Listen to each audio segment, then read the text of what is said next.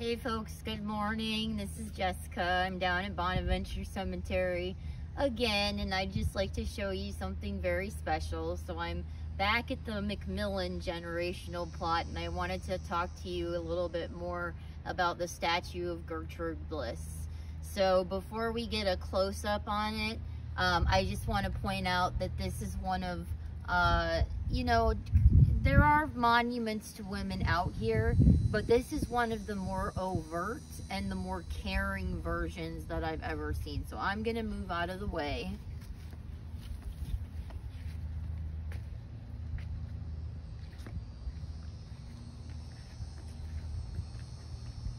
Okay, so yeah, we're getting a nice close-up of this.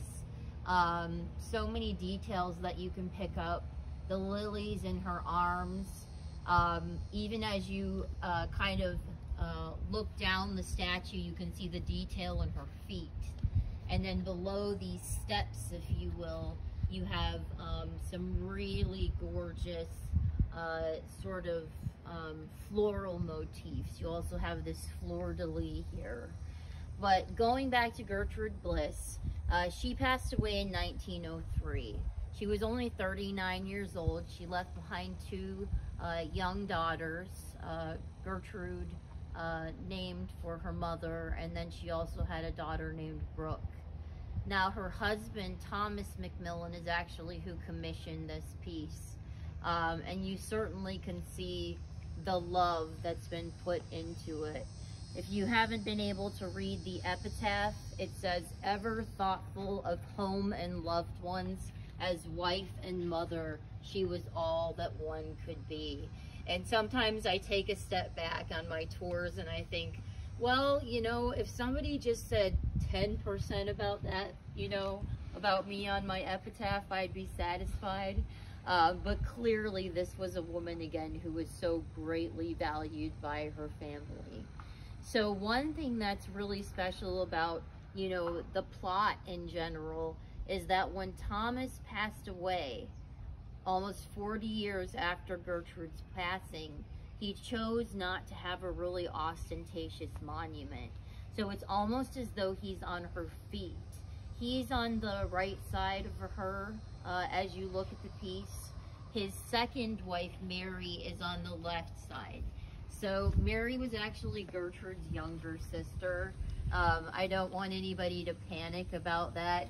It was very, very common during this time period for families who had great wealth and prestige to kind of stick together, and therefore they tended to procreate amongst those groups specifically.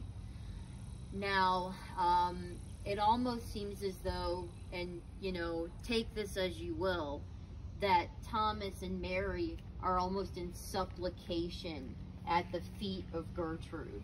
And what that tells me is that Thomas is acknowledging in so many, or in a sense, that Gertrude was the one, that this was his queen. So that's why I love this piece so much, because you can see that great love that a husband had for his wife that he took with him to the grave. Now, symbolically, there's a couple of really neat things going on. So mainly those lilies in her arm. Now, in her left arm, those lilies are draped over it. They're wilting. It's almost as if they're dying. So that is very symbolic in the sense that it's kind of urging us to consider mortality and the fact that we too will die. We too will wilt and return to the earth. In her right hand, she's dropping a lily, or she's about to let go of it. And that is also about her passing. It's as though in her hand, she is still a part of the earth. But as that lily were to fall, of course, that is about that final journey or that final passage towards heaven. And then the only other thing I want to mention is the floral design. So you have this fleur-de-lis below the steps, and then sort of on the sides of the piece, very interesting configuration. But, those could be any number of flowers, but I actually think they're poppies. but that's just me. It can be interpreted in many ways.